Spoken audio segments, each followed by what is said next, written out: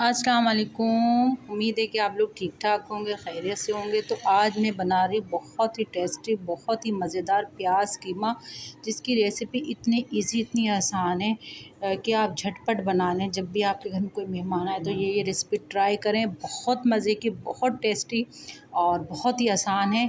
तो ज़रूर बनाइएगा, ज़रूर ट्राई कीजिएगा और अच्छी लगे रेसिपी तो लाइक ज़रूर कीजिएगा। तो चलते हैं रेसिपी की तरफ। तो तकरीबन ये आधा किलो से ज़्यादा है ये कीमा। वैसे आधा किलो आप कीमा ले लें, ठीक है। उसमें 3 अदद बड़े बड़े प्याज ले लें आप, और टमाटर ले लें। मैंने 2 अदद टमाटर लिए और 4 अदद हरी मिर्च लिए, और लहसुन अदरक का पेस्ट जो है वो 4 स्पून लिया है मैंने, और 1 स्पून मैंने कुटी मिर्च ली है। आखिरी की चीज़ है वो मैं आपको बाद में बताऊंगी। मैंने एक बादियान का फूल लिया है, और ये देखिए ये है बड़ी इलायची, जिसका मैंने मुंह खोल दिया है ताकि जो है इसकी खुशबू जो है वो बरकरार रहे। और मैंने ज़ीरा लिया है, लौंग लिए हैं 3-4, और दालचीनी के पीसेस लिए हैं 1-2, और मैंने काली मिर्चें ली हैं 10 अदद। तो अब इसमें ऑयल डालते हैं, ऑयल गरम करते हैं। आगे की रेसिपी की तरफ चलते हैं। तो मैंने ये ऑयल लिया है, तकरीबन 3 स्पून आप ऑयल ले लें, अपने हिसाब से ले लें।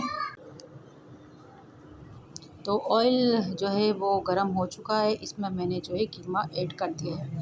अब कीमा देख लें, अभी जो है कीमा रेड हो रहा है, लेकिन जब हम इसको भूनेंगे घी में या ऑयल में, तो इसका जो कलर है वो हो जाएगा चेंज। तो जब तक इसका कलर चेंज नहीं होता, जब तक हमने इसको करना है फ्राई।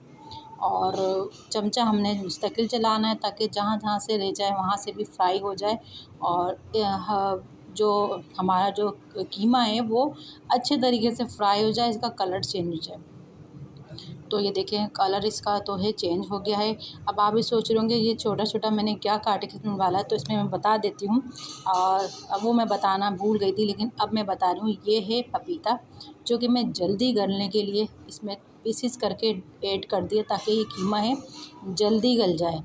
तो प्रेशर कुकर मेरे पास है नहीं, तो मैंने इसलिए पपीता डाल दिए। इसमें अब मैंने डाले लहसुन अदरक का पेस्ट। जितना आप ज़्यादा डालेंगे उतना ही टेस्ट आएगा। और इसको भी भून लेंगे हम, 2 मिनट तक इसको भूनेंगे।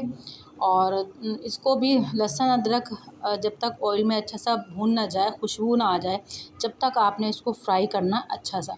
तो लहसुन अदरक फ्राई ज़रूर किया करें पहले डाल के। और मैं तो शुरू में ही डाल देती हूँ, लेकिन रेसिपी थोड़ी हो गई है चेंज, तो इसलिए मैंने बाद में डाला है। कीमा पहले फ्राई किया है। हर चीज़ का अपना एक हिसाब किताब होता है। तो मैंने जो है लहसुन अदरक जो है वो कर लिया है फ्राई। आप देख सकते हैं लहसुन अदरक भी फ्राई हो चुका है।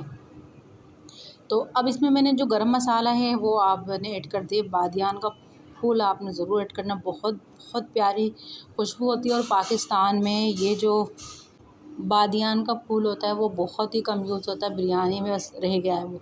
लेकिन आप इसको कीमे में डालें, ये बहुत अच्छी खुशबू देता है। और सारा गरम मसाला मैंने इसमें ऐड कर दिया है, खड़ा मसाला भी जिसे कहते हैं।